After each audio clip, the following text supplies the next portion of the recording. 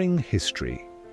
For sleep, how women's anxiety was treated in history, and more story. In the quiet corners of ancient Egypt, where the Nile flowed gently under golden sunlight, women who experienced what we now recognize as anxiety were not viewed through a lens of hysteria or madness, but rather understood within the context of their spiritual beliefs. The ancient Egyptians believed that emotions resided in the heart, and disturbances in one's emotional state were often attributed to an imbalance of elements within the body. For women who found themselves restless at night, hearts racing with unnamed worries, the healers of Egypt would often recommend a soothing paste made from the blue lotus flower, known for its calming properties. One such healer was Meritaten, a respected priestess who lived during the 18th dynasty. She worked from a small stone chamber near the temple of Isis, where women would come seeking relief from their troubled minds. The chamber was designed to create a peaceful atmosphere, with shallow pools that reflected the soft light of oil lamps and created gentle, rippling patterns on the ceiling. The sound of water dripping slowly into these pools created a rhythmic backdrop to Meritaten's treatments. One of Meritaten's patients was a young woman named Neferet, the wife of a royal scribe. Neferet would wake in the early hours, her chest tight with fear, though no danger threatened her. Her hands would tremble as she tried to complete her daily tasks, and she found herself avoiding the market where once she had enjoyed conversing with merchants and friends. Her husband, concerned by the change in his usually vibrant wife, sought the help of Meritaten. The healer listened carefully to Neferet's symptoms, nodding slowly as the young woman described the invisible weight that seemed to press upon her chest. "Your Ba," Meritaten explained, referring to Neferet's spirit or personality, "is struggling to find harmony with your surroundings." She prepared a treatment that combined physical remedies with spiritual practices, believing that true healing required attention to both body and soul. Neferet was given a preparation of blue lotus to drink at sunset, its properties inducing a gentle state of relaxation. She was also advised to spend time each morning sitting by the river, allowing the rhythm of the flowing water to synchronize with her breathing. Meritaten created a small amulet for her to wear, carved with the symbol of Isis, goddess of healing and magic. The amulet was not merely decorative, but served as a tactile focal point, something Neferet could hold on to when she felt the familiar tightening in her chest. Perhaps most significantly, Meritaten encouraged Neferet to voice her fears, not to dismiss them as foolishness. In the quiet of the healing chamber, Neferet spoke of her worry for her children in a world that seemed increasingly uncertain, of her fear that she was not performing her duties adequately, of the pressure she felt to maintain harmony in her household while her own inner world felt discordant. Speaking these thoughts aloud, giving shape to formless fears, was itself a kind of medicine.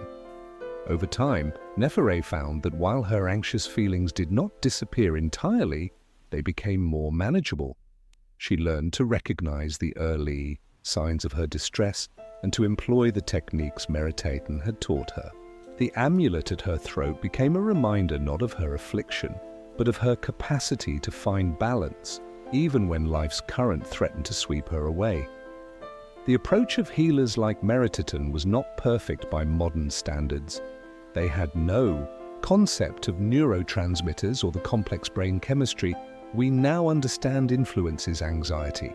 Yet there was wisdom in their holistic approach, in their recognition that healing required attention to both physical symptoms and emotional experiences, in their understanding that anxiety was not a character flaw, but an imbalance that could, with care and time, be addressed. As the sun set over the Nile, casting long golden shadows across the water, Nephele would sit by the riverbank, her hands resting lightly on her lap, her breathing deep and regular. She had not been cured in the way we might think of medical cures today, but she had been given something equally valuable: tools to navigate her anxiety, a framework for understanding her experiences, and the reassurance that she was not alone in her struggles. In the chambers of healing across ancient Egypt, many women like Nephele found not a miracle cure for their anxious minds, but a path toward greater ease, a way of living with their fears rather than being consumed by them. The gentle methods of healers like meditating, with their attention to creating peaceful environments, their use of natural remedies, and their emphasis on expressing rather than suppressing emotions, contain lessons that still resonate, even as our understanding of anxiety has evolved over thousands of years.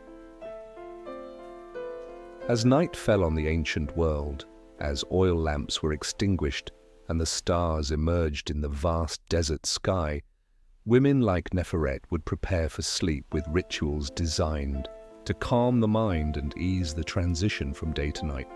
The scent of lotus and myrrh would fill their sleeping chambers, and perhaps they would hold their amulets and whisper a prayer to Isis, asking for peaceful dreams and renewal with the coming dawn. Story. The medieval monasteries of Europe stood as islands of relative calm amid a world often characterized by hardship and uncertainty. Within their walls, another approach to what we now recognize as anxiety emerged, one shaped by the Christian worldview that dominated the period. In these quiet places where the hours were marked by the ringing of bells calling the devout to prayer, women who experienced persistent worry or fear often found themselves directed toward spiritual remedies. In a small convent nestled in the rolling hills of northern France, Sister Isabel served as the infirmarian, responsible for the physical and spiritual health of her fellow nuns. A woman of middle years with gentle hands and observant eyes, she had noticed the growing distress of Sister Marguerite, a young novice who had recently joined their community. Sister Marguerite had come to the convent following the death of her parents, her future secured by the modest dowry they had set aside for this purpose. By all outward appearances, she performed her duties diligently, rising for the night office, attending to her assigned tasks in the herb garden, and participating in the daily rhythm of prayer and work that structured life within the convent walls. Yet Sister Isabel observed the shadows that seemed to darken Marguerite's eyes, noted how the young woman's hands trembled as she passed the peace during Mass, saw how she started at sudden sounds and seemed to fold in on herself like a flower closing against the cold. One evening, as the light faded from the sky and the sisters prepared for Compline, the final prayer service of the day, Sister Isabel found Marguerite sitting alone in the herb garden, her eyes fixed on the darkening horizon, her breath coming in short, uneven gasps. "I fear God has abandoned me," Marguerite whispered, when Isabel settled beside her on the stone bench. "I pray, and yet my thoughts race like leaves scattered by the wind. I feel a darkness pressing upon me, though I cannot name its cause." The understanding of the time, Marguerite's symptoms might have been interpreted as a spiritual affliction, perhaps the result of insufficient devotion or even demonic influence. Indeed, some of the more severe cases of what we would now recognize as anxiety or other mental health conditions were sometimes tragically misunderstood as forms of possession.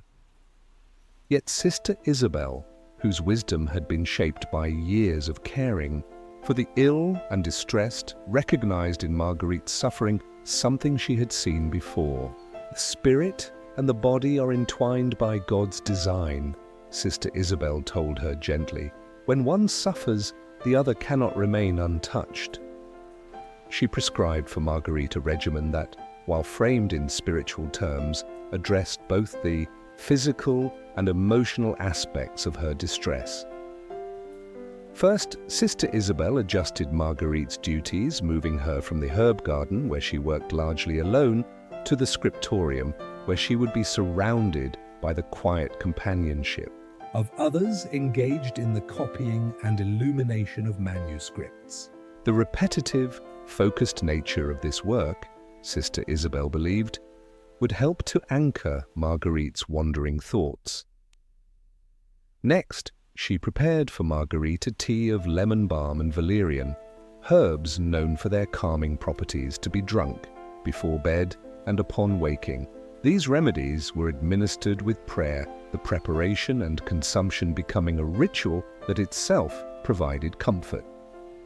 Sister Isabel also encouraged Marguerite to engage in what we might now recognize as a form of mindfulness practice, though it was framed in religious terms. She advised the young nun to focus her attention on the present moment during certain periods of the day, to notice the sensation of sunlight on her skin, the sound of chanting in the chapel, the texture of parchment beneath her fingers. In attending fully to God's creation in each moment, Sister Isabel explained, we may find our way back to peace. Perhaps most importantly, Sister Isabel listened. In the quiet hours after Vespers, as the convent settled into the stillness that preceded night, she would sit with Marguerite, allowing her to voice the fears and doubts that troubled her. Sometimes they spoke of Marguerite's grief for her parents, a wound still raw beneath the surface of her daily life. Other times, they explored the nameless fears that seemed to arise from nowhere, fears that Sister Isabel assured her were not signs of weak faith, but simply part of the human experience. Over time, Marguerite's distress began to ease. The concentrated work in the scriptorium engaged her mind, the herbal remedies soothed her physical symptoms, and the practice of present-moment awareness gave her tools to manage when anxiety threatened to overwhelm her. The simple act of being heard and understood, of having her suffering acknowledged without judgment, was perhaps the most healing element of all. Sister Isabel's approach, while limited by the medical knowledge of the time, contained elements that we now know can be beneficial in managing anxiety, engaging in meaningful activity, social connection, herbal remedies with real pharmacological effects, mindfulness practices, and therapeutic conversation. Yet for every compassionate figure like Sister Isabel, there were others who interpreted similar symptoms through a lens of moral failing or spiritual corruption. As night settled over the convent, as the last echoes of Compline faded into silence, Marguerite would lie on her simple bed, her breathing slow and regular, her mind more at ease than it had been in months. The darkness outside no longer seemed to press upon her with the same weight, and though her anxious thoughts had not vanished entirely, she had begun to see them as clouds passing across the unchanging sky of her consciousness rather than storms. That defined the whole of her being. In convents and monasteries across medieval Europe, women like Marguerite sought and sometimes found relief from their anxious minds through a combination of spiritual practice, herbal medicine, and the simple human connection provided by compassionate caregivers. Their experiences remind us that while our understanding of anxiety has evolved dramatically over centuries, the human need for both practical tools and empathetic understanding has remained constant. Story I. The soft light of a single oil lamp illuminated the cluttered study of Dr. Thomas Willis, one of the most respected physicians in 17th century London. Outside, a gentle rain fell on the cobblestone streets, creating a soothing backdrop to the quiet conversation taking place within. Seated across from the doctor was Lady Eleanor Harrington, a woman of noble birth whose hand trembled slightly as she clasped it in her lap. "It comes upon me without warning," Lady Eleanor explained, her voice barely audible above the patter of rain against the windows. "My heart races as though I have run a great distance, though I may be merely sitting at my embroidery." I find myself short of breath, convinced that some terrible fate awaits me or my family, though there is no evidence of any danger. These episodes have become more frequent, and I fear I may be losing my reason." Dr. Willis listened attentively, occasionally making notes in the leather-bound journal that rested on his desk. Unlike many of his contemporaries who might have immediately attributed Lady Eleanor's symptoms to female hysteria or a wandering womb, the prevailing theories of the time, Willis approached her case with the methodical curiosity that had earned him his reputation as a pioneer in the field of neuroanatomy. This was the age of enlightenment, a time when traditional beliefs about the body and mind were being challenged by an emerging scientific approach. Dr. Willis was at the forefront of this intellectual movement, having recently published his groundbreaking work, Cerebri Anatome, which provided the most detailed account of the nervous system yet produced. His understanding of women's anxiety, while still limited by the standards of modern medicine, represented a significant departure from earlier, more superstitious interpretations. "What you describe," Dr. Willis said after a thoughtful pause, "is what I have termed the suffocation of the mother, though I believe it is not limited to those who have borne children, nor indeed to women alone. It appears to originate not in the womb, as many of my colleagues suggest, but in disturbances of the brain and nerves." This was a radical departure from the Hippocratic and Galenic traditions that had dominated medical thought for centuries. In those earlier frameworks, women's mental and emotional distress was often attributed to the supposed mobility of the uterus, the wandering womb that was thought to travel through the body, causing symptoms as it pressed against other organs. Willis's attribution of anxiety to the nervous system, while still incomplete, represented a step toward a more accurate understanding. For Lady Eleanor, the doctor prescribed a regimen that reflected this transitional period in medical history. Some elements of his treatment would seem familiar to modern practitioners, others decidedly less so. First, he recommended regular gentle exercise, particularly walking in her gardens when weather permitted. "The movement of the body," he explained, "helps to regulate the flow of the animal's spirits through the nerves, preventing their stagnation, which I believe contributes to your episodes of distress." This advice, while framed in outdated terminology, anticipated modern recognition of exercise's benefits for anxiety. Next, he suggested adjustments to her diet, advising her to avoid foods he considered melancholic, such as red meats and wine, and to favor those thought to cultivate sanguine humors, fresh fruits, vegetables, and broths. While his reasoning was based on the humoral theory that would eventually be discarded, some of his dietary recommendations inadvertently aligned with what we now know about nutrition's impact on mental health. Dr. Willis also prepared for Lady Eleanor a tincture containing valerian root, chamomile, and lavender, herbs with mild sedative properties that are still recognized today. This was to be taken both as a preventative measure each morning and as needed when she felt the familiar symptoms beginning to arise. Perhaps most controversially by modern standards, Dr. Willis suggested periodic bloodletting, a common practice of the time believed to restore balance to the body's humors. He proposed this be done by applying leeches rather than by direct venesection, considering it a gentler approach appropriate for a woman of Lady Eleanor's delicate constitution.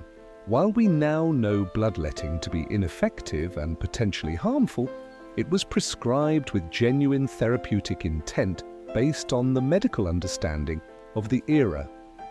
What distinguished Dr. Willis's approach from many of his contemporaries was his recognition of psychological factors in Lady Eleanor's condition. He inquired about recent losses or changes in her life, about her sleep patterns, about sources of worry or conflict. Learning that she had recently lost a sister to consumption and that her husband was often absent on diplomatic missions, leaving her to manage their large estate alone, He acknowledged these circumstances as contributing to her distress rather than dismissing them as irrelevant. He encouraged Lady Eleanor to maintain a journal of her thoughts, particularly when troubled, suggesting that committing them to paper might help to order her mind. He also recommended that she cultivate a small circle of trusted friends with whom she could speak openly, recognizing the therapeutic value of social connection and emotional expression, concepts that would not be formally articulated for centuries to come. Over the following months, Lady Eleanor implemented Dr. Willis's recommendations with varying degrees of adherence. She found the tincture helpful, particularly when taken at the first sign of an impending episode. The walking became a cherished part of her daily routine, not only for its physical benefits, but for the quiet moments of reflection it afforded. The bloodletting she approached with understandable hesitation, submitting to it less frequently than prescribed. Most significantly, Lady Eleanor found that the simple act of having her experiences acknowledged and explained in rational terms, rather than dismissed as feminine weakness or moral failing, provided a degree of relief. The framework Dr. Willis offered, incomplete and flawed though it was, allowed her to understand her symptoms as part of a physical condition rather than as evidence of spiritual or moral corruption. In her journal, which she maintained faithfully, as prescribed, Lady Eleanor wrote of gradually learning to recognize the early signs of her nervous episodes and of developing strategies to manage them. She described focusing on her breathing, counting silently, or mentally reciting poetry to interrupt the spiral of fearful thoughts. Without using modern terminology, she was describing what we would now recognize as basic cognitive behavioral techniques for managing anxiety. As the seasons changed, as summer gave way to autumn and autumn to winter, Lady Eleanor found that while her anxious episodes did not disappear entirely, they became less frequent and less overwhelming. "I have not been cured," she wrote in her journal one December evening, the scratch of her quill accompanied by the crackling of the fire that warmed her chamber. "But I have been given a map by which to navigate the stormy waters of my own mind, and for this I am profoundly grateful." Yet each time, instead of turning back, she employed a technique Mary had suggested in her letter: to acknowledge the physical sensations without fighting them, to remind herself that they would pass, and to focus on the steady rhythm of her breathing until the worst had subsided. The cottage, when she arrived, was modest but charming, with climbing roses framing the door and the sound of waves audible from every room. Mary welcomed her with warm simplicity, showing her to a sunny bedroom overlooking the garden and explaining that while Catherine was welcome to join in any activities, there was no obligation to do so. "This is not a rest cure in the medical sense," Mary said with a small smile, "but neither is it a demand for performance or social exertion. Think of it as an invitation to rediscover what truly nourishes your spirit." In the days and weeks that followed, Catherine gradually established a new rhythm to her days, one shaped not by a doctor's prescriptions, but by her own emerging sense of what supported her well-being. She began with short walks along the coastal path initially, no more than a few minutes at a time, gradually extending the distance as her confidence grew. She joined Mary in the garden, finding that the physical act of tending plants, of having her hands in the soil, had a grounding effect during moments of anxiety. Rather than avoiding all mental stimulation, Catherine selectively engaged with literature and learning. She and Mary read aloud to each other in the evenings, choosing works that provoked thought without inducing distress. Mary introduced her to her study of local flora, and Catherine discovered that the focused attention required to identify and catalogue plants provided a respite from her anxious ruminations. Most significantly, Catherine began to keep a journal, not only recording the events of each day, but also documenting her anxious episodes, their triggers, their duration, the strategies that helped her move through them.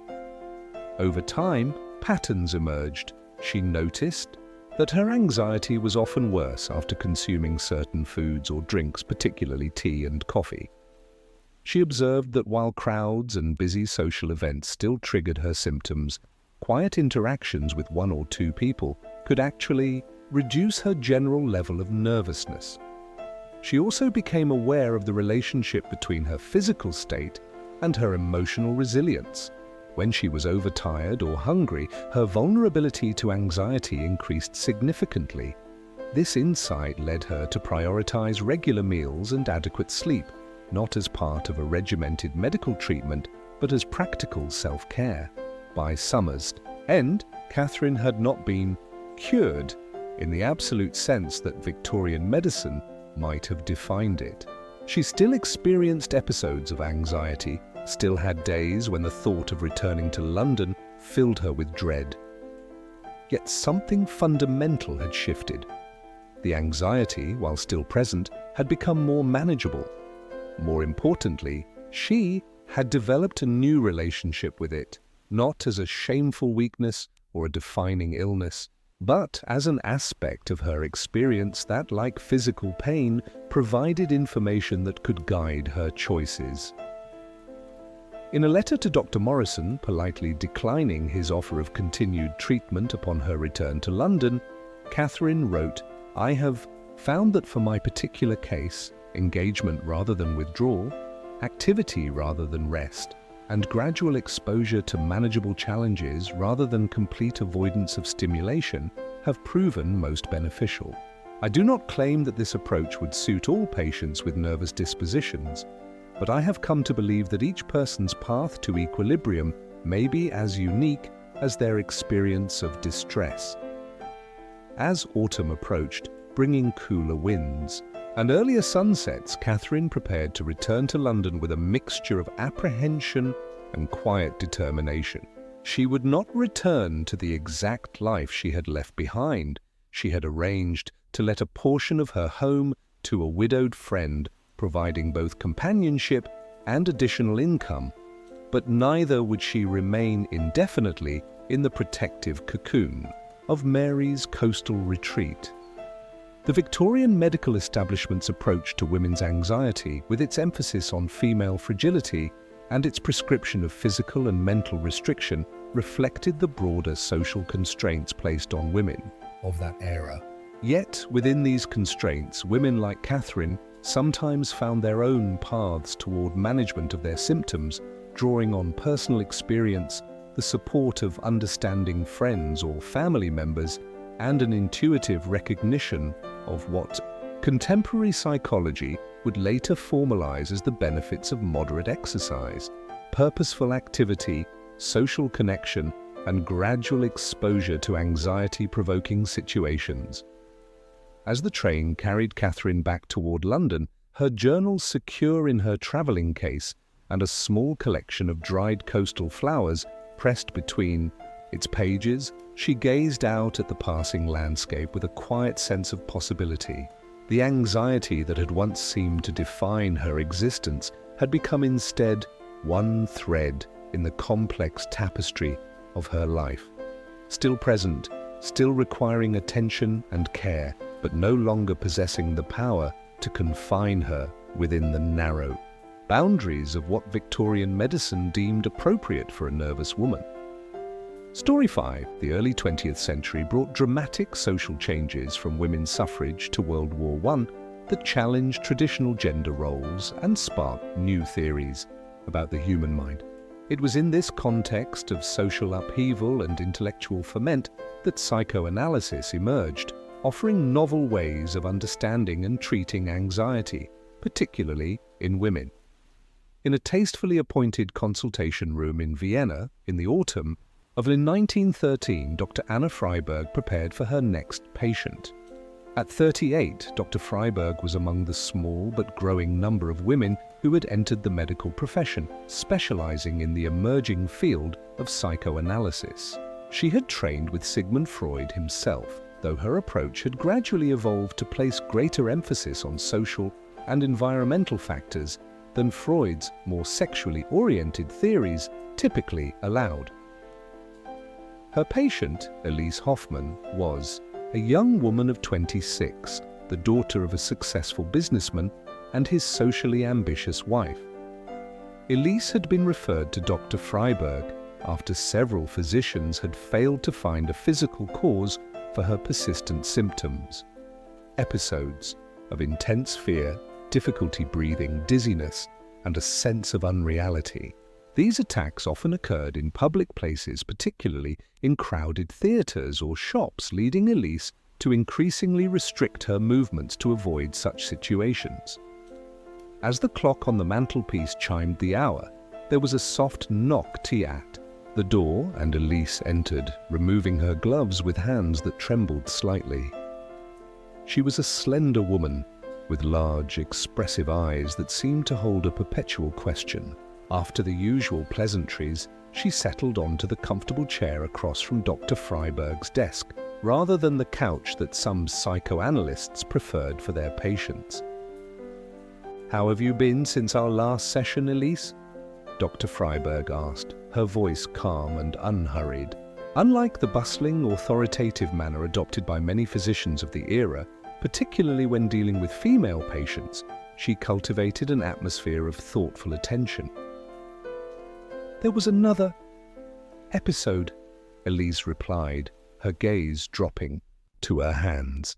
"At my cousin's wedding reception. So many people, so much noise. I felt as though I could not breathe, as though the walls were closing in. My heart began to race, and I was certain I would faint or worse, make a spectacle of myself. I had to leave early, claiming a headache. My mother was most displeased." Dr. Freiberg nodded, making a brief note in the file open on her desk. "And what thoughts were going through your mind as these physical sensations began?" This question reflected a key insight of the psychoanalytic approach to anxiety, that physical symptoms were often accompanied by specific thoughts or fears, and that understanding these cognitive patterns was essential to treatment. It represented a shift from seeing anxiety purely as a physical disorder, as in neurasthenia, or as a moral or spiritual failing, as in earlier eras, toward recognizing it as a complex psychological phenomenon. Elise was silent for a moment, her brow furrowed in concentration. "I was thinking that everyone was watching me, judging me, that I might say or do something inappropriate and bring shame on my family, that I was trapped and could not escape if I needed to." She paused, then added with a touch of embarrassment, "These fears sound foolish when spoken aloud. Yet in the moment they feel utterly real and overwhelming." "They are not foolish," Dr. Freiberg assured her. "These fears are telling us something important about your inner experience, about conflicts that may not be fully conscious, but that nevertheless affect your daily life profoundly." Over the next hour, Dr. Freiberg guided Elise through an exploration of these fears, encouraging her to associate freely, to follow the thread of her thoughts wherever they might lead. This technique, free association, was fundamental to psychoanalysis, based on the belief that unconscious material would emerge when the patient spoke without censorship or direction. As Elise spoke, a pattern began to emerge. Her anxiety seemed to peak in situations where she was expected to fulfill her social role as a young woman of her class, at parties where eligible young men might be present, at family gatherings where her marriage prospects were a topic of hushed conversation, at cultural events where her deportment and conversation would be noticed and evaluated. "I sometimes feel," Elise confessed, her voice barely above a whisper, "that I am playing a part in a play for which I never received the script. Everyone else seems to know their lines, to move with confidence through these social rituals, while I'm constantly afraid of making a mistake, of revealing that I am not what I appear to be." Story 5. "And what do you fear you might be revealed to be?" Dr. Freiberg asked gently. Elise's hands twisted in her lap. "I am not certain. Perhaps inadequate, unable to be the daughter my parents desire, the wife some man will eventually expect, the mother society demands. I have thought sometimes, ideas about art, about literature, about the suffrage movement that would shock my family if expressed. I find myself living two lives, the outward one of perfect, feminine compliance and an inner life of questions and longings I dare not voice. This division between an authentic self and a socially acceptable persona was, Dr. Freiberg believed, at the heart of many women's anxiety in the early 20th century. It was a time of profound social change when traditional expectations for women were being challenged but not yet dismantled, creating painful conflicts for those caught between old restrictions and new possibilities. Your anxiety, Dr. Freiberg suggested, may be understood as a symptom of this division within yourself. The physical manifestations, the racing heart, the difficulty breathing, are expressions of a deeper psychological conflict between what you truly desire and what you believe is expected of you. This interpretation represented a significant evolution in the understanding of women's anxiety. Rather than attributing it to inherent female weakness or nervous fragility, as Victorian medicine had done, the psychoanalytic approach recognized anxiety as a meaningful psychological response to genuine conflicts and pressures, many of them rooted in social expectations rather than individual pathology. Over the weeks that followed, Elise continued her sessions with Dr. Freiberg, gradually excavating the origins and dimensions of her anxiety. She spoke of a childhood where her natural exuberance and curiosity had been progressively shaped into ladylike decorum, where academic interests had been discouraged in favor of accomplishments more likely to attract a suitable husband, where her early artistic talents had been redirected toward acceptable feminine pursuits like watercolor painting and embroidery. "I remember," she said in one session, her eyes distant with memory, "sitting in my father's library when I was perhaps 12 years old, reading a volume of philosophy I had discovered on his shelves. When he found me there, he laughed, not unkindly, but with genuine amusement, and said, 'What use has a pretty girl like you for such dry old books? Come, your mother is looking for you. I believe she wants to show you a new dress pattern.' I put the book away and never returned to it, but sometimes I dream of that moment, except in the dream. I refuse to leave, and my father's face transforms, from amusement to anger, then to disappointment." Through exploring such memories, Elise began to understand how thoroughly she had internalized the message that her value lay in her conformity to feminine ideals of beauty, docility, and self-effacement. Her anxiety attacks, which occurred most frequently in situations where she feared failing to maintain this carefully constructed facade, could be understood as expressions of the tension between these internalized expectations and her unexpressed desires for a different kind of life. Dr. Freiberg's approach to treatment combined several elements. First was the work of insight, helping Elise to recognize and articulate the conflicts that underlay her symptoms. This included bringing into conscious awareness the anger and resentment that Elise had repressed, emotions considered especially inappropriate for women of her social standing. "It is natural," Dr. Freiberg assured her, "to feel anger when your authentic desires are thwarted or dismissed. The problem lies not in the emotion itself, but in the necessity you have felt to deny and suppress it, turning it inward where it contributes to your anxiety." Alongside this work of insight, Dr. Freiberg also employed more practical interventions. She encouraged Elise to gradually expose herself to situations that triggered her anxiety, starting with brief visits to less crowded public places and progressively working toward more challenging environments. This approach, a precursor to what would later be formalized as exposure therapy, was based on the observation that avoidance, while providing temporary relief, ultimately reinforced and strengthened anxiety.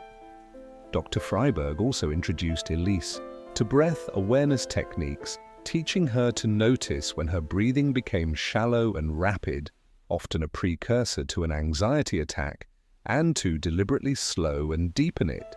While framed in more psychological terms than the mindfulness practices of earlier traditions, this technique similarly helped to interrupt the physical cascade of symptoms and create space for a more measured response. Perhaps most radically, for the time, Dr. Freiberg encouraged Elise to explore, within the safety of their sessions, what a more authentic life might look like for her. What interests might she pursue if not constrained by social expectations? What forms of expression might satisfy her creative impulses? What relationships might be possible if based on genuine affinity rather than social suitability? I am not suggesting, Dr. Freiberg clarified, that you must reject all social conventions or family expectations. Few of us, regardless of gender, have that luxury or would find happiness in complete isolation from our communities. Rather, I'm inviting you to consider whether some compromise might be possible, some way of honoring your authentic self while still maintaining the connections that are meaningful to you. Over the course of a year of regular sessions, Elise experienced a gradual but significant reduction in her anxiety attacks. They did not disappear entirely, but they became less frequent and less debilitating. More importantly, she developed tools for managing them when they did occur, and a framework for understanding them that reduced their power to frighten and shame her. She also began, tentatively at first, to introduce small changes into her life. She enrolled in an art history course at a local institute, her first formal education since finishing school. She began to express her opinions more directly in family discussions, discovering that while this sometimes created tension, it did not result in the catastrophic rejection she had feared. She developed a friendship with a young widow who shared her interest in literature, finding in their conversations an intellectual stimulation long missing from her life. As the summer of 1914 approached, bringing with it the rumblings of the conflict that would soon engulf Europe, Elise reflected on her journey in what would be one of her final sessions with Dr. Freiberg. I still experience fear, she acknowledged, but it no longer rules me as it once did. I understand now that my anxiety was not merely a personal failing or a medical condition, but in some ways a reasonable response to impossible demands. 2. The requirement that I be simultaneously perfectly feminine by traditional standards and yet adaptable to a rapidly changing world, that I fulfill my family's expectations while somehow also becoming my own person.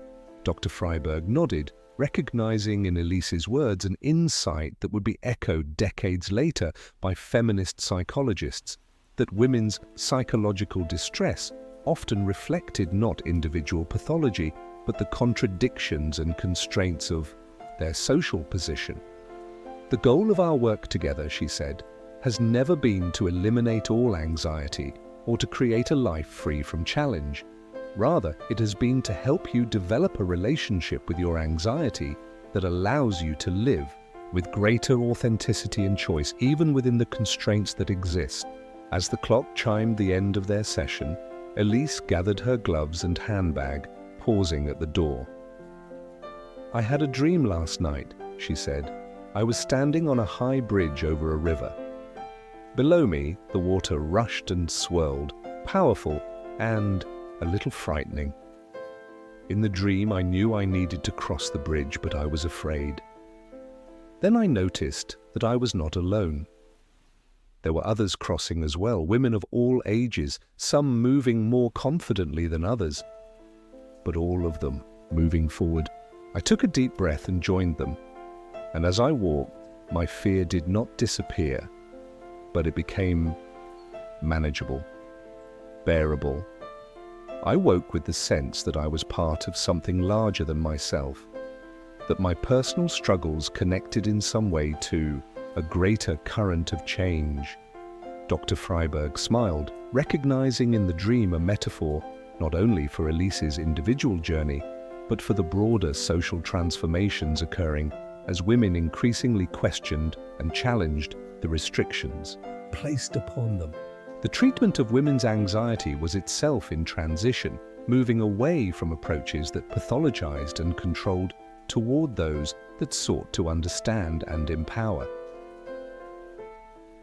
As Elise Hoffman stepped out into the Vienna afternoon, her step lighter than it had been when she first entered Dr. Freiberg's consultation room months before, she carried with her not a complete freedom from anxiety, that elusive goal which medicine had so often promised but never delivered, but something perhaps more valuable, a deeper understanding of herself, tools for managing her symptoms, and the beginnings of a life shaped more by her own choices than by fear or external expectations.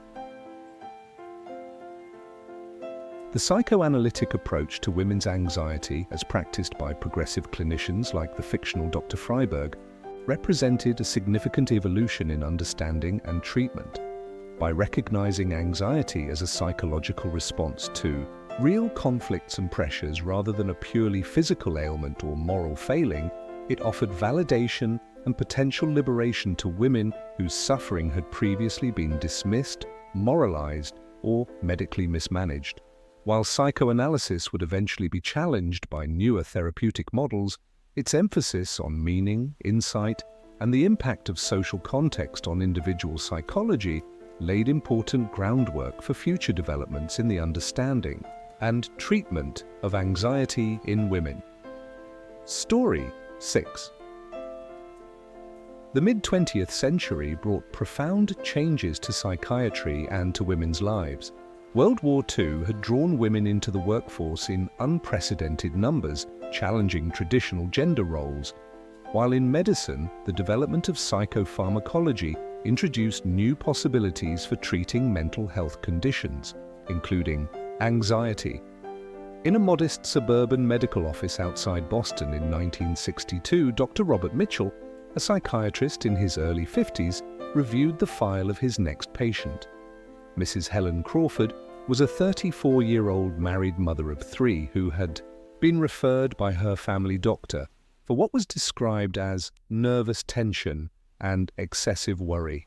According to the referral notes, Mrs. Crawford had complained of persistent anxiety, difficulty sleeping, frequent headaches, and occasional episodes of rapid heartbeat and dizziness, particularly when driving alone or in crowded stores. As Mrs. Crawford entered the office, Dr. Mitchell noted her appearance, neatly dressed in a floral print dress, her hair carefully styled, makeup precisely applied. She moved with a studied composure that suggested considerable effort at self-control. When she spoke, her voice was measured, her sentences carefully constructed, as if she were delivering a prepared speech rather than engaging in spontaneous conversation. "My doctor thinks I'm making too much of things," she explained, after the initial pleasantries. "He says every mother feels overwhelmed sometimes, that it's normal to worry about one's children. And of course I know that's true, but this doesn't feel normal. I lie awake at night, my thoughts racing from one worry to another. During the day, I sometimes find myself frozen, unable to complete even simple tasks because I'm paralyzed by fear that I'll make a mistake, that something terrible will happen to the children, that I'm failing in ways I can't even articulate." Dr. Mitchell listened attentively, his expression neutral, yet engaged. When Helen paused, he asked, "Have you experienced any significant changes or stresses in your life recently?" Helen hesitated, then spoke a little more rapidly, as if to minimize the significance of what she was saying. "We moved to a larger house last year. It's a lovely neighborhood, better schools for the children. My husband's promotion made it possible. I should be grateful, and I am, but sometimes I feel lost in all that space, rattling around like a misplaced object. My oldest child started middle school this fall, and I've been considering taking a part-time job now that my youngest is in kindergarten. But whenever I think about actually doing it, my heart starts racing. and I feel almost ill. This history revealed multiple life transitions within a relatively short period, a move, changes in children's schooling, contemplation of returning to work, any of which might contribute to increased anxiety. But Dr. Mitchell was also keenly aware of the broader social context. The early 1960s was a period of evolving but still restrictive gender roles. Women, particularly middle-class married women like Helen, were caught between the traditional expectation of full-time homemaking and emerging opportunities for employment and self-definition outside the domestic sphere. "Let me ask you this," Dr. Mitchell said. "When you imagine taking a job, what specific concerns come to mind?" Helen's composure wavered slightly. "That I won't be able to manage everything, the house, the children, a job. That my husband will be disappointed if things at home aren't as they should be. That I've been out of the workforce so long, I won't remember how to be a person in the world, if that makes sense. And then I think, what right do I have to complain or feel restless? I have a beautiful home, healthy children, a good husband. So many women would envy my life."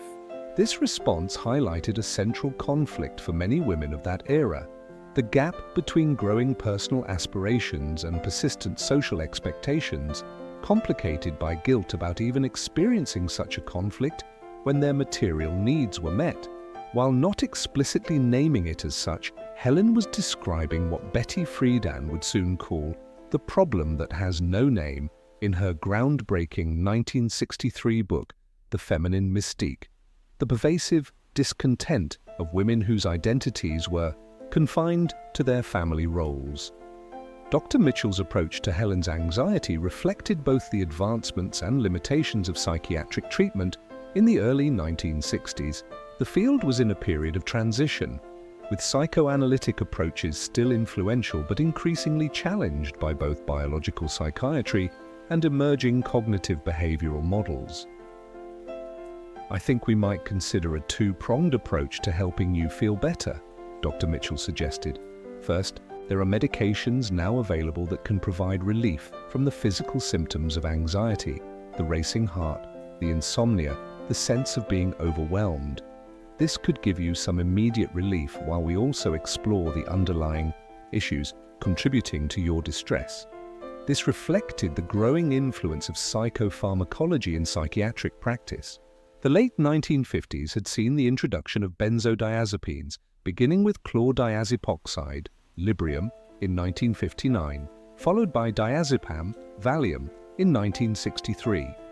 These medications represented a significant advance over earlier treatments for anxiety, offering relief with fewer side effects than previous options like barbiturates. "I've read about those tranquilizers in magazines," Helen said, a note of apprehension in her voice. "Don't they make people, I don't know, not themselves, foggy or detached?" "At appropriate dosages," Dr. Mitchell assured her. Modern anti-anxiety medications typically produce a calming effect without significant impairment. They're not meant as a permanent solution, but can provide relief while we address the underlying issues. I'd recommend starting with a low dose of Librium, taken as needed when your anxiety is particularly troublesome. While this medication would indeed likely provide Helen with some symptomatic relief, Dr. Mitchell's approach reflected certain biases common to the era. Benzodiazepines were prescribed to women at significantly higher rates than to men, sometimes with insufficient exploration of the social and psychological factors contributing to their distress. The marketing of these drugs, particularly Valium, famously dubbed Mother's Little Helper in a Rolling Stones song, often implicitly suggested that women's anxiety stemmed primarily from their inability to cope with normal domestic demands, rather than from legitimate conflicts and constraints in their lives.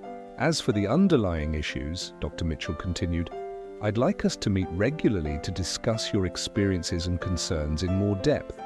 While medication can help manage your symptoms, understanding the sources of your anxiety is equally important for long-term improvement." Over the following weeks, Helen took the prescribed Librium as needed, and met with Dr. Mitchell every Tuesday morning while her children were at school. The medication did provide some relief from her most acute symptoms, allowing her to sleep better and reducing the frequency of the panic episodes that had sometimes overwhelmed her while driving or shopping. In their therapy sessions, Dr. Mitchell employed an approach that combined elements of traditional psychodynamic therapy with newer cognitive techniques. He encouraged Helen to explore her early experiences, particularly her relationship with her own mother, a woman who had worked as a secretary throughout Helen's childhood due to financial necessity following her father's death. "I admired her strength," Helen reflected in one session, "but I also remember how tired she always was, how she never seemed to have time for herself. I promised myself that when I had children, I would be fully present for them in a way my mother couldn't be for me, and now here I am, considering the very thing I once pitied her for having to do." This exploration helped Helen recognize how her current conflicts were shaped by her personal history, as well as by social expectations. Dr. Mitchell also introduced more directive techniques, encouraging Helen to identify and challenge the catastrophic thoughts that often preceded her anxiety attacks. "When you think about taking a job," he suggested, "and your mind jumps to images of household collapse and family disapproval, try to pause and ask yourself, what evidence do I have that this would actually happen? Are there other possibilities I'm not considering? What resources might help me manage these changes?" This approach, a precursor to what would later be formalized as cognitive behavioral therapy, helped Helen begin to recognize and modulate the automatic negative thoughts that fueled her anxiety. Dr. Mitchell also encouraged her to discuss her feelings and aspirations more openly with her husband rather than assuming his disapproval. Over the next portion of the session, they worked with cognitive restructuring techniques, examining the evidence for and against Diane's fears about the promotion. This approach, a cornerstone of cognitive behavioral therapy, CBT, didn't aim to eliminate anxious thoughts entirely, but to help Diane relate to them more flexibly, to recognize them as possibilities rather than certainties, and to consider alternative perspectives. "So when I think I'll make a huge mistake that will cost the company millions," Diane said, working through the exercise, "the evidence for that is, well, the stakes are higher in a leadership role and mistakes could have bigger consequences. But the evidence against is that I have a strong track record, I've led smaller projects successfully, and there are systems in place to catch major issues before they become disasters."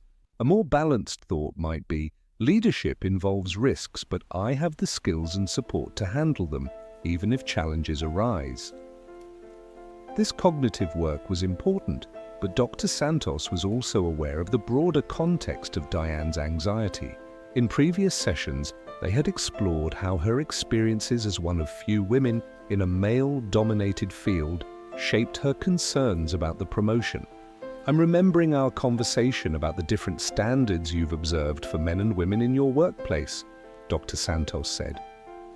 "How might those dynamics be playing into your reaction to this opportunity?" Diane sighed, shifting in her seat. "It's definitely there.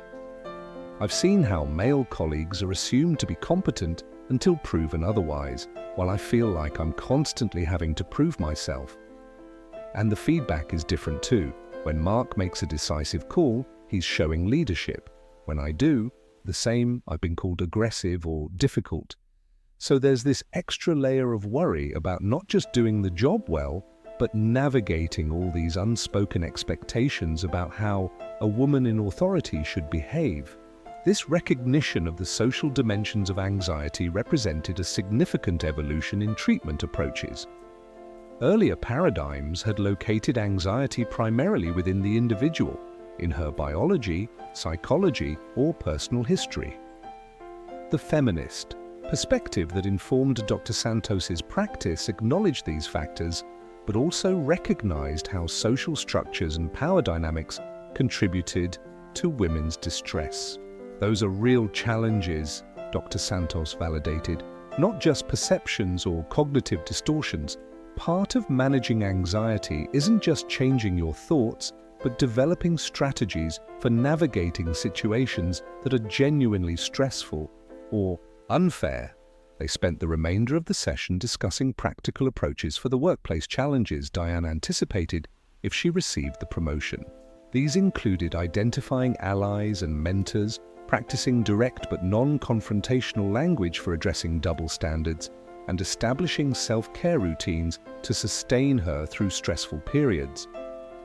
As their time drew to a close, Dr. Santos suggested a homework assignment that combined cognitive and behavioral elements. For the coming week, I'd like you to continue the daily breathing practice we've been working on, especially before any significant work events. And I'd like you to keep a thought record when you notice anxiety arising, noting the situation, the automatic thoughts, and then working through more balanced perspectives, as we did today. Additionally, would you be willing to challenge yourself to speak with one of the women in leadership at your company about her experiences? You've mentioned Sarah in marketing as someone you admire. Diane looked both nervous and intrigued by this suggestion. That's a bit outside my comfort zone, but yes, I think I could do that. Actually, it might be really helpful to hear how she's handled similar situations. This assignment reflected the multifaceted approach to anxiety that had evolved by the late 1980s, addressing physical symptoms through relaxation techniques, challenging distorted thinking patterns through cognitive restructuring, and taking behavioral steps to build confidence and support networks. As Diane prepared to leave, gathering her bag and jacket, she paused. "You know, when I first came to see you, I was hoping for something that would just make the anxiety go away, a technique or maybe a medication. But I'm starting to understand that it's more complicated than that there are all these layers to why I feel the way I do, from my own thinking patterns to actual challenges in my environment. It's more work than I expected, but it also feels more, empowering maybe. Like I'm not just managing symptoms, but actually understanding myself better." Dr. Santos smiled, recognizing in Diane's words the shift that often occurred as therapy progressed, from seeing anxiety as something to eliminate to recognizing it as a complex experience to be understood, contextualized, and managed with a variety of tools and perspectives. "That's exactly right," she affirmed. "The goal isn't to never feel anxious. Anxiety is a normal human emotion that sometimes serves important functions. The goal is to develop a relationship with anxiety where it doesn't control your choices or diminish your quality of life, where you can acknowledge it without being overcome by it, and where you can recognize which aspects of it are telling you something important about yourself or your environment, and which aspects might be habitual patterns that no longer serve you." As Diane left the office, stepping out into the San Francisco afternoon, she carried with her not a cure for anxiety, that elusive promise from earlier eras of treatment, but something potentially more valuable, growing insight into her particular experience of anxiety, skills for managing its physical and cognitive manifestations, and an emerging understanding of how both personal patterns and social realities contributed to her distress. The treatment of women's anxiety had evolved significantly by this point in the late 20th century. The integration of cognitive behavioral techniques provided practical tools for managing symptoms, while feminist perspectives expanded the frame to include social and cultural factors rather than locating problems solely within individual women. The growing emphasis on body-mind connections acknowledged the physiological dimensions of anxiety without reducing it to mere biology, and the therapeutic relationship itself had shifted toward greater collaboration and empowerment, with the therapist serving as a guide and resource rather than an authority dispensing diagnosis and treatment from on high. As the sun began its descent toward the Pacific, casting a golden glow over the city, Diane paused at a small park near Dr. Santos's office, taking a moment to practice the breathing exercise they had worked on in session. The sounds of urban life continued around her: traffic, distant conversations, the occasional siren. But she found that she could create a small pocket of calm within herself, a space from which to observe rather than immediately react to the stimuli of her environment, both external and internal.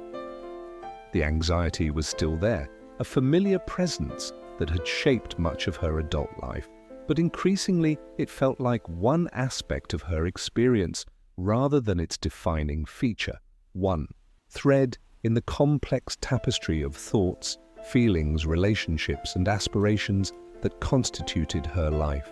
In this shift lay a kind of freedom not promised by earlier approaches that had sought to eliminate or suppress women's anxiety, but rather to understand and integrate it as part of a full and authentic life.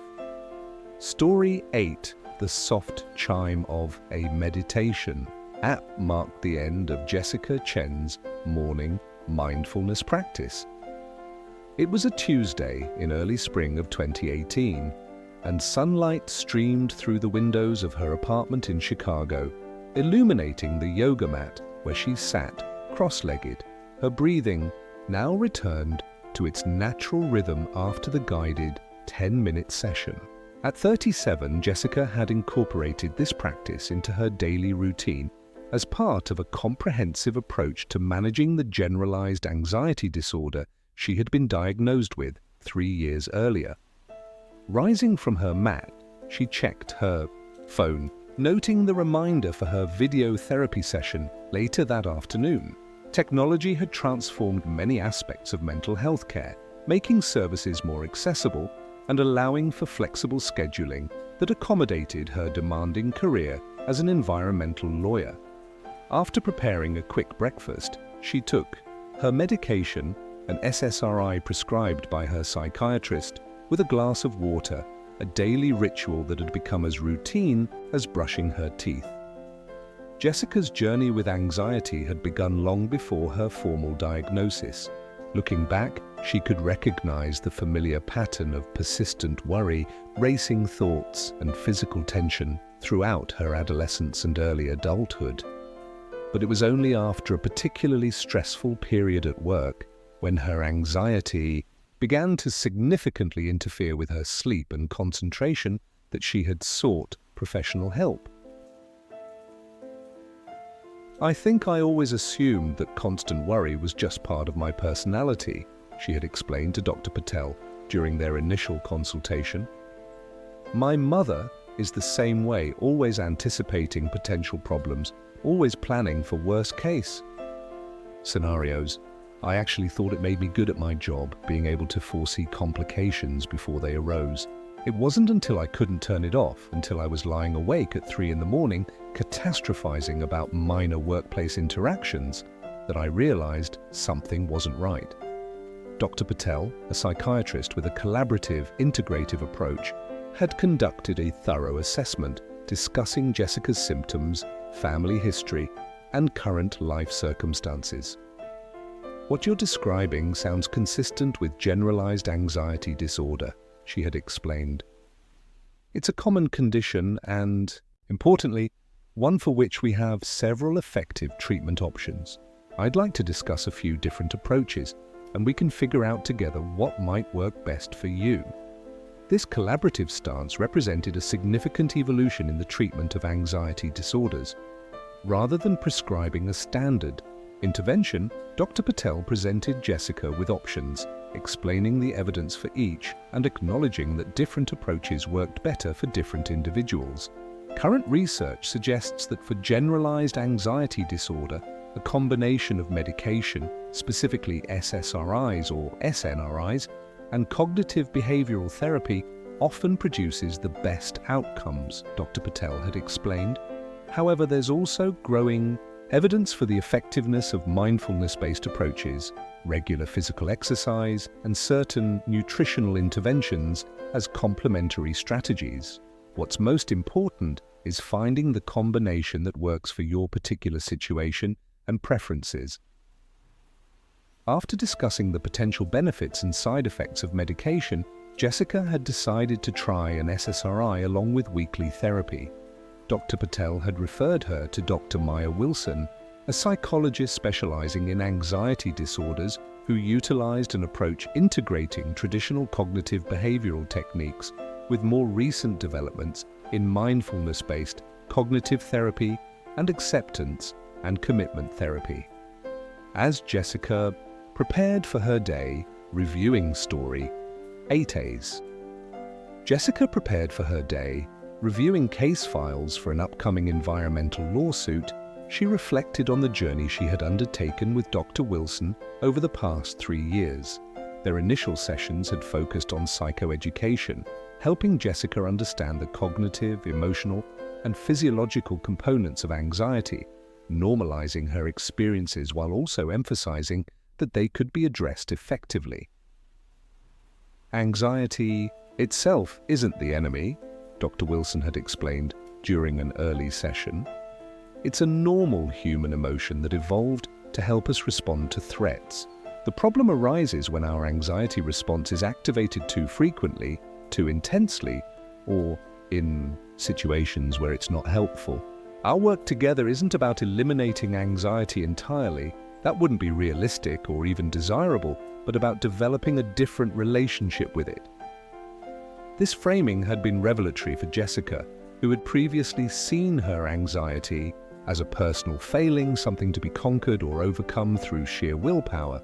Learning to view it instead as a set of processes that could be understood and modulated had reduced the secondary anxiety, the worry about worrying, that had often compounded her distress.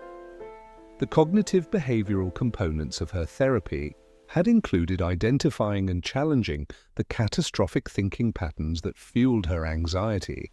With Dr. Wilson's guidance, Jessica had learned to recognize when her mind was jumping to worst-case scenarios and to introduce more balanced perspectives. They had created a personalized worksheet that Jessica could use when caught in anxious rumination. 1. What am I worried about? What's the worst that could happen? How likely is this outcome really? What's a more realistic scenario? If the worst did happen, how would I cope? X. What strengths and resources would help me through? This structured approach had provided immediate relief in many situations, giving Jessica a practical tool to interrupt the spiral of anxious thoughts before they overwhelmed her. But Dr. Wilson had also introduced elements of newer therapeutic approaches that emphasized acceptance rather than control. Sometimes, Dr. Wilson had suggested, instead of trying to argue with or change your anxious thoughts, it can be helpful to simply observe them with curiosity and compassion. Notice them as thoughts, not necessarily as truths or predictions. See if you can create a little space between yourself and these thoughts. This mindfulness-based approach had initially been challenging for Jessica, whose natural inclination was to try to solve or fix any problem she encountered. But with practice, she had found value in this more contemplative stance, particularly for the background anxiety that didn't always have a specific focus or trigger that could be addressed through cognitive restructuring. The addition of mindfulness practices to her daily routine had grown out of this therapeutic work. Starting with just 2 minutes of guided meditation each morning, Jessica had gradually increased the duration and eventually incorporated informal mindfulness practices throughout her day, taking moments to center herself through conscious breathing before important meetings, bringing full attention to the sensory experience of her morning coffee, noticing the play of sunlight and shadow during her walk to work. As she finished reviewing her case notes, Jessica checked her watch and prepared to leave for the office. While the combination of medication and therapy had significantly reduced her anxiety, she still experienced more stressful periods, particularly around major work deadlines or personal challenges. During a recent session, she and Dr. Wilson had discussed the importance of recognizing these vulnerability factors and implementing preventive strategies. "I've noticed that when I'm sleep-deprived or overcommitted, my anxiety tends to flare up," Jessica had observed. "The same coping strategies that work well under normal circumstances don't seem as effective." "That's a really important insight," Dr. Wilson had affirmed. "Part of effectively managing anxiety long-term is recognizing these patterns and adjusting your self-care accordingly. What additional supports might you need during those high-stress periods?" This conversation had led to the development of what they called Jessica's Anxiety First Aid Kit, a personalized set of strategies for times when her anxiety was more intense. These included scheduling brief breaks throughout the workday for breathing exercises, temporarily reducing non-essential commitments, increasing her physical activity, and if necessary, arranging for an extra therapy session. The approach reflected a significant evolution in the treatment of anxiety disorders. Rather than focusing solely on symptom reduction, contemporary approaches like the one Jessica was experiencing emphasized building resilience, developing personalized coping strategies, and recognizing the dynamic nature of anxiety as something that naturally fluctuated and required ongoing, flexible management rather than a one-time cure. That afternoon, as Jessica logged into her video therapy session from a private meeting room at her law firm, she and Dr. Wilson discussed her progress. With a new challenge, public speaking, as part of her environmental advocacy work, Jessica had agreed to give a presentation at an upcoming conference, something that would have been unthinkable at the height of her anxiety. "I'm definitely nervous about it," Jessica acknowledged, "but it's a different quality than before. It feels more like normal anticipation rather than overwhelming dread. I've been using the visualization exercises we practiced, and I've signed up for that Toastmasters group we discussed." Dr. Wilson smiled, noting the significant progress this represented. "What I'm hearing is that you're feeling anxious about this challenge, which is completely natural, but you're not being stopped by that anxiety. You're able to acknowledge the feeling while still moving toward something that matters to you." This approach reflected elements of acceptance and commitment therapy, ACT, which emphasized pursuing meaningful values and goals even in the presence of difficult emotions like anxiety. Rather than waiting until anxiety was completely eliminated, before taking on challenges, ACT encouraged building a life of purpose and meaning alongside the ongoing work of managing anxiety. As their session concluded, Dr. Wilson suggested they revisit Jessica's overall treatment plan at their next meeting. "It's been about 6 months since we last reviewed your goals and strategies. Given the progress you've been making, it might be a good time to discuss whether any adjustments would be helpful." This periodic reassessment was another feature of contemporary approaches to anxiety treatment, recognizing that needs and circumstances changed over time and that treatment should evolve accordingly. For some individuals, this might mean reducing the frequency of therapy sessions as skills were consolidated, adjusting medication dosages, or incorporating new strategies as research expanded the available options. After the session, Jessica took a moment to jot down some reflections in the journal she kept as part of her anxiety management practice.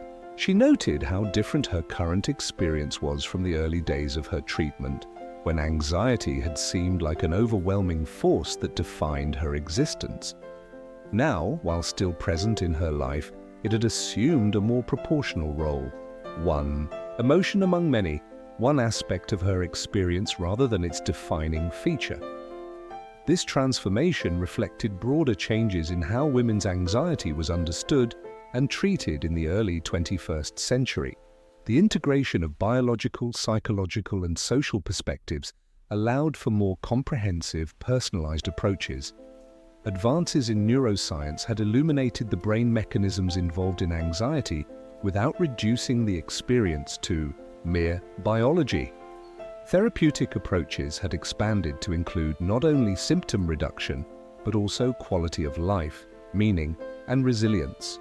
And perhaps most significantly, the stigma around mental health issues had begun to diminish, allowing women like Jessica to seek help without the shame or secrecy that had often accompanied such steps in earlier eras. As the day drew to a close, Jessica prepared for a dinner with friends, a social engagement that would once have triggered significant anticipatory anxiety. While she still felt a flutter of nervousness, would the restaurant be too noisy? Would conversation flow easily? It no longer dominated her thoughts or provoked the intense physical symptoms she had once experienced. She had learned to make room for such feelings without allowing them to dictate her choices. Walking toward the restaurant through the early evening bustle of Chicago, Jessica reflected on a concept Dr. Wilson had introduced in one of their earlier sessions: the idea of anxiety as a passenger on one's life journey rather than the driver. You can acknowledge its presence, Dr. Wilson had suggested, maybe even listen to what it might be trying to tell you without letting it grab the wheel and determine your direction. This metaphor had resonated deeply with Jessica, offering a middle path between the complete elimination of anxiety, impossible, and being controlled by it, unbearable. As she approached the restaurant, catching sight of her friends already gathered at an outdoor table, laughing and talking animated in the warm spring evening, she felt a familiar tightness in her chest, a whisper of anxiety that had once been a scream. She paused for a moment, took a deep breath, acknowledged the feeling without judgment, and then continued forward toward connection, toward engagement, toward a life that included anxiety without being limited by it. In her journey, from overwhelming distress to effective management, Jessica Chen represented the beneficiary of centuries of evolving understanding about women's anxiety, from ancient remedies and spiritual interpretations through Victorian rest cures and psychoanalytic explorations to the integrated, evidence-based approaches of contemporary psychology and psychiatry. While not every woman had access to the comprehensive care Jessica received, disparities in mental health treatment based on socioeconomic status, race, geography, and other factors remained significant challenges. Her experience, nevertheless, illustrated the potential of modern approaches to transform the experience of anxiety from a debilitating condition to a manageable aspect of a rich and meaningful life. Story 9. The familiar notification sound from her phone drew Maya Rodriguez's attention away from the report she was editing. It was a reminder for her virtual therapy group starting in 15 minutes. Maya closed her laptop, prepared her cup of chamomile tea, and settled into the comfortable corner of her sofa that had become her designated therapy space during the pandemic. It was May 2021, and like so many aspects of life, mental health care had been transformed by the necessities of physical distancing and remote connection. At 41, Maya was a museum curator specializing in contemporary Latin American art, a mother of 2 teenagers, and one of millions of women whose pre-existing anxiety had intensified during the extraordinary stresses of the COVID-19 pandemic. The multiple pressures of working from home while supervising remote learning, worrying about vulnerable family members, navigating financial uncertainties as the museum implemented furloughs, and processing the collective trauma of a global health crisis had pushed her anxiety to levels she hadn't experienced since her first diagnosis 15 years earlier. "I thought I had developed pretty good tools for managing my anxiety," she had explained during her individual intake session with Dr. Angela Kim, the psychologist who facilitated the virtual therapy group. "But this past year, it's like all my usual strategies just haven't been enough. The worry is constant, and I've started having panic attacks again for the first time in years." Dr. Kim had nodded with understanding. "What you're describing is something we're seeing very widely. The pandemic has created a perfect storm for anxiety, continual uncertainty, disruption of routines, isolation from support networks, and real threats to health and financial security. Even people with no prior history of anxiety disorders are experiencing significant symptoms, so it's entirely understandable that someone with a pre-existing vulnerability would find their usual management strategies overwhelmed. This validation had been immensely relieving for Maya, who had begun to blame herself for not coping better. Dr. Kim had suggested that in addition to resuming individual therapy, Maya might benefit from joining a virtual therapy group, specifically designed for women experiencing anxiety during the pandemic. There can be particular power in connecting with others who are navigating similar challenges, she had explained. Not only does it reduce the isolation that often accompanies anxiety, but group members can learn from each other's experiences and strategies. As Maya logged into the secure video platform for today's session, she saw the now familiar faces of the 7 other women who had become an important part of her support system over the past 3 months. They were diverse in age, race, profession, and life circumstances. A nurse in her 20s working on the front lines of COVID care, a recently divorced teacher in her 50s adapting to both living alone and teaching remotely, a pregnant tech executive worried about giving birth during a pandemic, among others, but united by the common experience of managing anxiety in unprecedented circumstances.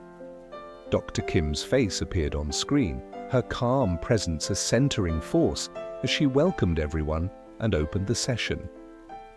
"Before we begin with our check-ins," she said, "I'd like to lead us through a brief grounding exercise. If you're comfortable, I invite you to close your eyes or soften your gaze. Now bring your attention to the physical sensations of being supported. Notice the chair or sofa beneath you, the floor supporting your feet. Feel the weight of your body being held." Maya followed the guidance, allowing her awareness to settle into her physical presence. This emphasis on embodiment reflected an important development in anxiety treatment, recognition that anxiety was not merely cognitive, but profoundly physical, and that grounding in bodily sensation could provide an anchor mid-emotional turmoil. After the grounding exercise, the group moved into their check-ins, with each member sharing briefly how the past week had been, and identifying one challenge and one moment of resilience they had experienced. When Maya's turn came, she described the intense anxiety she had felt when her 16-year-old daughter mentioned wanting to attend an outdoor gathering with friends, now that she was fully vaccinated. "Logically, I know the risk is relatively low," Maya explained. "But I found myself spiraling into worst-case scenarios, imagining her getting infected despite the vaccine and bringing the virus home to my mother, who lives with us and has heart issues. I actually lost sleep over it for 2 nights, even though I told her she could go. On the positive side, I did use the progressive muscle relaxation technique we practiced last week when I felt myself getting physically tense, and that helped bring the physical symptoms down a notch." Several group members nodded in recognition, unmuted to offer brief words of support, or typed encouraging messages in the chat. This normalization and validation were powerful therapeutic elements of the group format, helping members recognize that their experiences, while painful, were not signs of personal failure or weakness, but understandable responses to extraordinary circumstances. Dr. Kim acknowledged Maya's challenge and her use of the relaxation technique, then guided the conversation toward exploring this situation more deeply. "Maya, if you're willing, let's use this example to practice some of the cognitive flexibility skills we've been discussing. What were some of the thoughts going through your mind when your daughter mentioned this gathering?"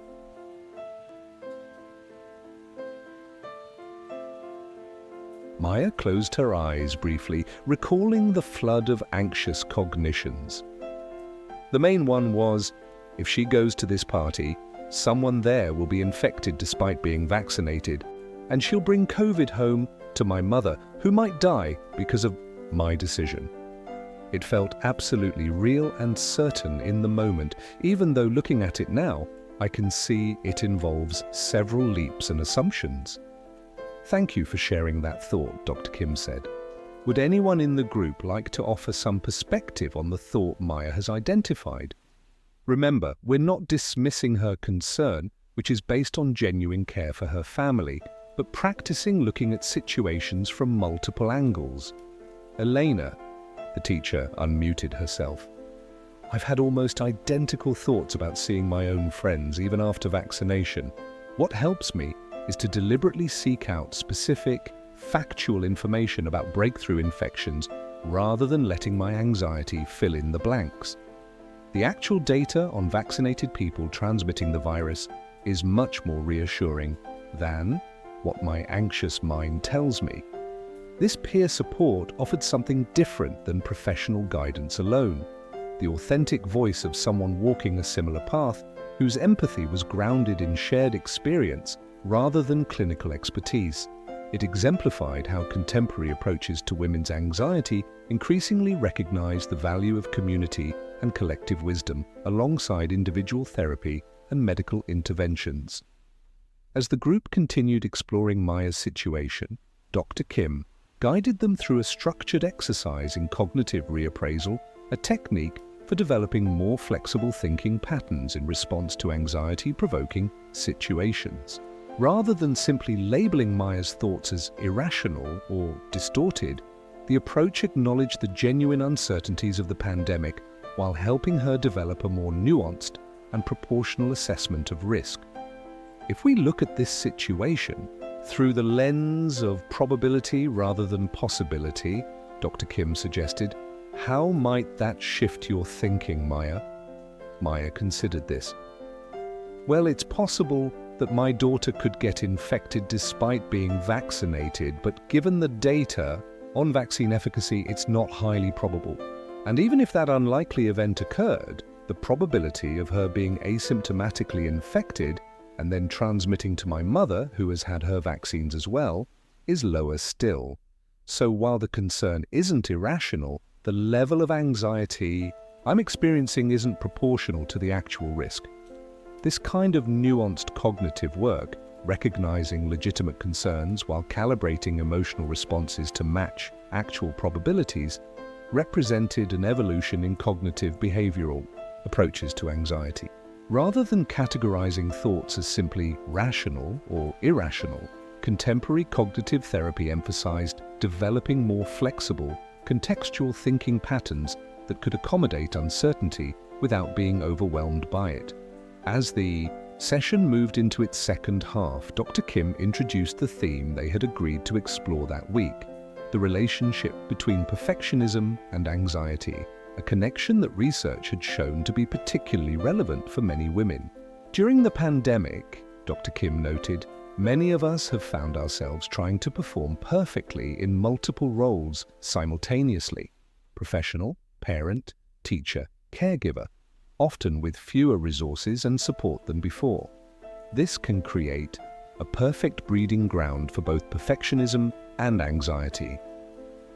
The group explored how cultural expectations of women as primary caregivers and emotional laborers had intensified during the pandemic, with many women taking on disproportionate responsibility for family well-being despite facing the same external stresses as their partners. They discussed how social media had exacerbated these pressures, presenting idealized images of pandemic productivity, creative homeschooling, and immaculate quarantine living spaces that bore little resemblance to most women's lived realities. I felt like such a failure when I saw posts from other museum colleagues who seemed to be using lockdown to produce brilliant virtual exhibitions and write groundbreaking articles, Maya confessed. Meanwhile, I was just trying to keep my kids engaged with online school and prevent my department from being eliminated entirely in budget cuts. The gap between what I thought I should be accomplishing and what was actually possible created this constant background hum of anxiety. This reflection highlighted how contemporary approaches to women's anxiety increasingly recognize the interplay between individual psychology and broader social forces. Unlike earlier eras, when women's distress was often attributed solely to individual pathology or biology, Current therapeutic frameworks acknowledged how societal expectations, structural inequities, and cultural messaging contributed to anxiety, particularly for women. In the final portion of the session, Dr. Kim led the group in developing concrete strategies for challenging perfectionist standards and setting more realistic expectations during the ongoing pandemic. These included practical approaches like deliberate prioritization of tasks based on values rather than external expectations, scheduling regular breaks for self-care, and establishing clearer boundaries around work hours when working from home.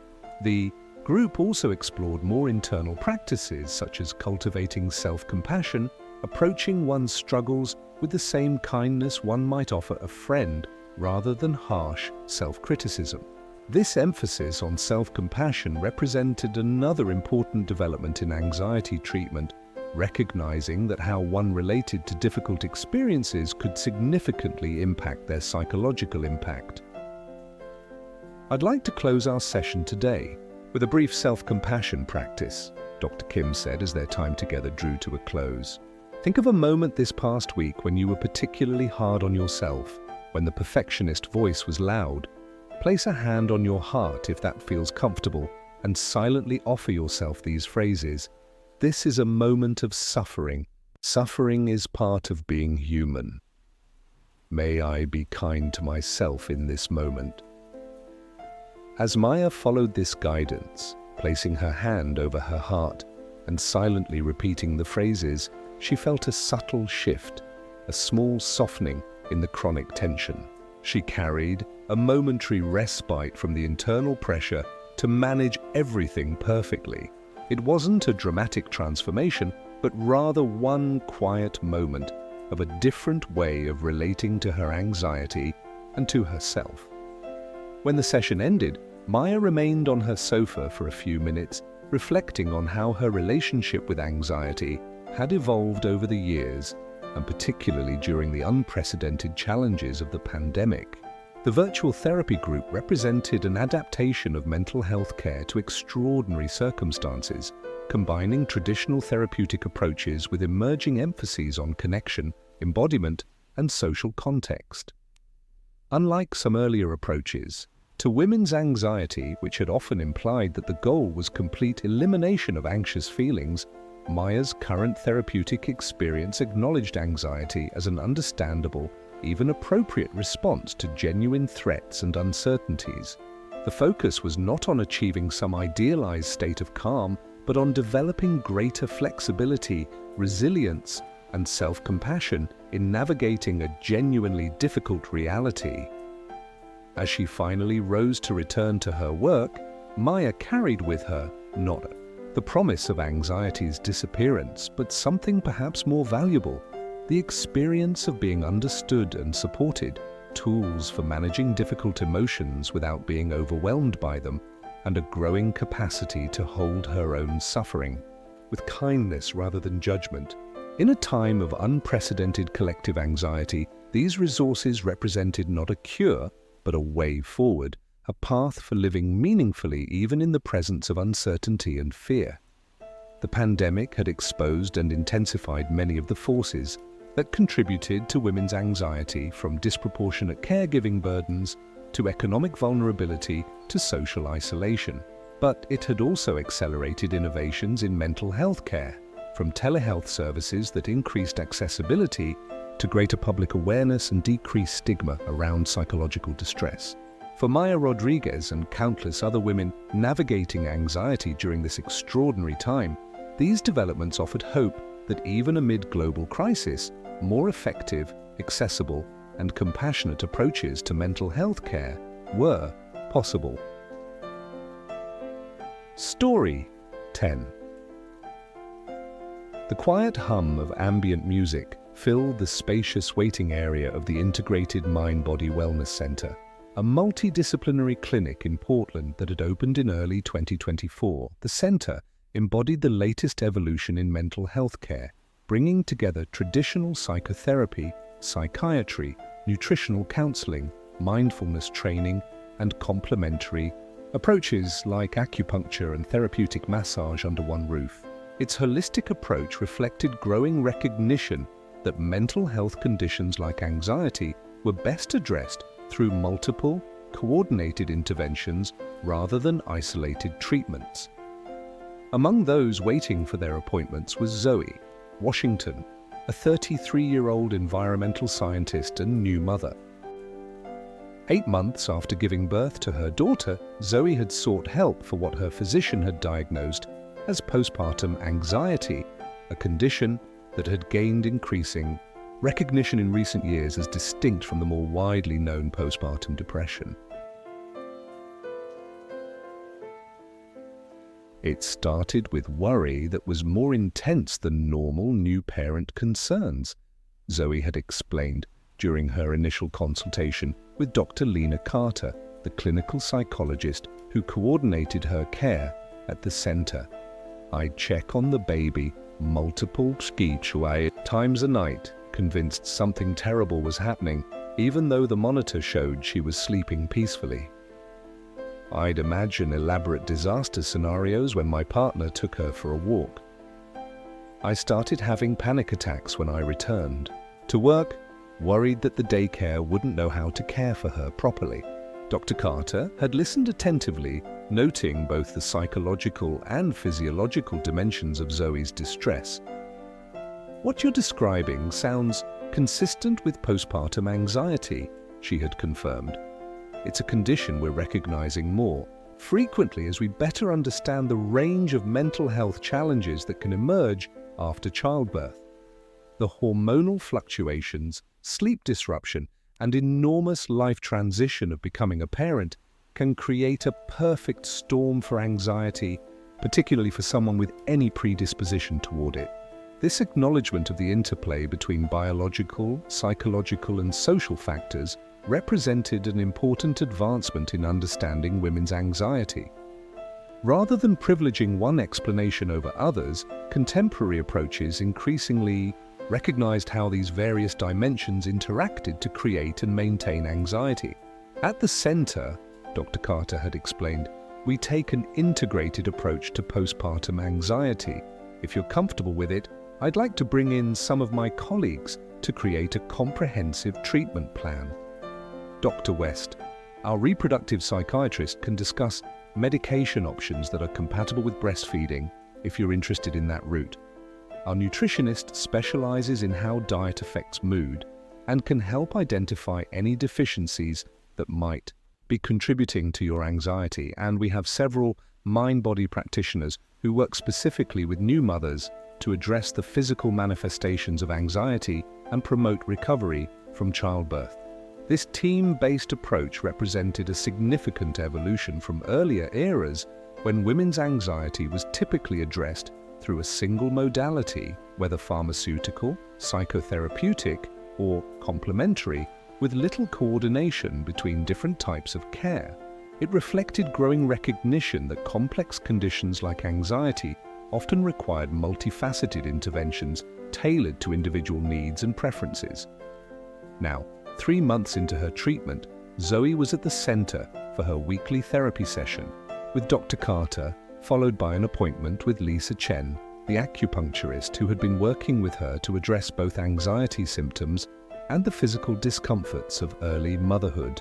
As she waited, Zoe scrolled through a mindfulness app on her phone, reviewing the guided meditation she had been practicing that week. A short exercise specifically designed for moments of acute anxiety, when longer practices might be impractical. The receptionist called her name, and Zoe was shown to Dr. Carter's office, a warm space with natural light and comfortable furnishings that evoked a living room more than a clinical setting. After their initial greeting, they began with a brief check-in on how the past week had gone. "It's been mostly good," Zoe reported. "I used the breathing technique we practiced when I felt panic starting during a work presentation, and it helped me stay present enough to continue. I've been consistent with the daily mindfulness practice, and I think the medication adjustment Dr. West made last month is helping. The physical symptoms aren't as intense, which makes it easier to use the cognitive strategies." Dr. Carter nodded, noting Zoe's progress while also picking up on the mostly qualifier. And were there moments that were more challenging? Zoe sighed, her expression shifting. Saturday night was rough. My partner's parents were visiting, and they have strong opinions about childcare. His mother kept making little comments about how anxious I seem, how I'm too protective, how she raised 3 kids without all this worrying. By the time they left, I was so tense I could barely speak, and I ended up having a full panic attack after they were gone. This situation highlighted an important aspect of women's anxiety that had gained increasing recognition in contemporary approaches, the impact of social judgment and criticism, particularly around gendered roles like mothering. Unlike some earlier perspectives that might have located the problem primarily within Zoe's psychology, current approaches acknowledged how external stressors and relational dynamics could trigger and exacerbate anxiety. That sounds really difficult, Dr. Carter acknowledged. Being criticized about your parenting, especially by family members, can be incredibly triggering, particularly when you're already working to manage anxiety. How did you handle the panic attack when it came? I used the stop technique we practiced, Zoe said, referring to a grounding strategy they had worked on. Stop, take a breath, observe what's happening internally, proceed with awareness. It helped me get through the worst of it without spiraling completely. And Alex was really supportive, which made a big difference. He actually talked to his mom the next day about how her comments affected me. Dr. Carter smiled at this report. Of both Zoe's use of coping strategies and her partner's support. That's really significant progress. A few months ago, you mentioned being hesitant to share the full extent of your anxiety with Alex because you were afraid of burdening him or being judged. It sounds like that communication has opened up. Zoe nodded. The couples session we had last month was really helpful for that. Having you there to facilitate the conversation made it possible for me to explain what I was experiencing in a way he could understand, and the specific suggestions for how he could support me gave us both some direction.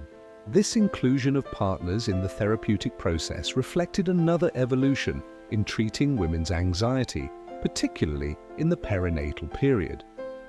Rather than treating the woman in isolation, contemporary approaches increasingly recognized the importance of the family system and social support network in both contributing to and alleviating anxiety.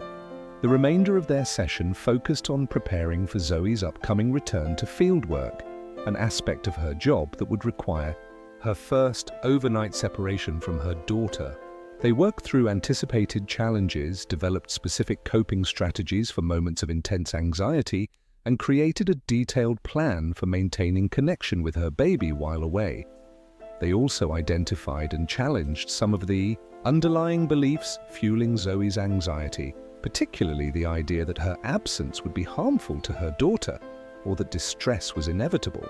Let's look at this belief that being separated will automatically be traumatic for Olivia, Dr. Carter suggested. What evidence do you have for and against this idea? This cognitive work, examining the evidence for anxiety-producing beliefs and developing more balanced perspectives, remained a cornerstone of anxiety treatment.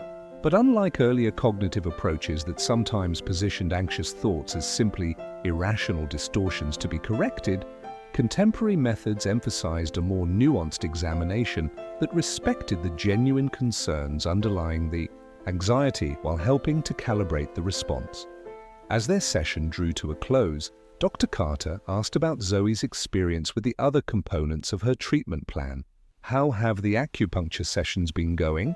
And have you noticed any effects from the nutritional changes Dr. Reyes suggested? The acupuncture has been surprisingly helpful, Zoe reported.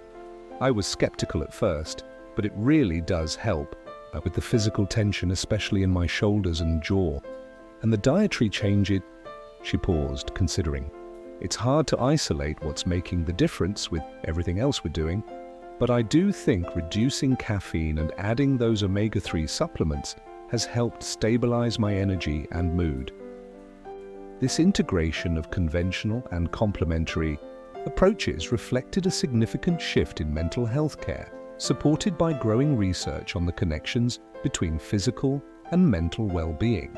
While earlier eras had often maintained rigid boundaries between mainstream and alternative treatments, contemporary approaches increasingly recognize the value of evidence-informed interventions from multiple healing traditions, particularly for conditions like anxiety with significant mind-body components.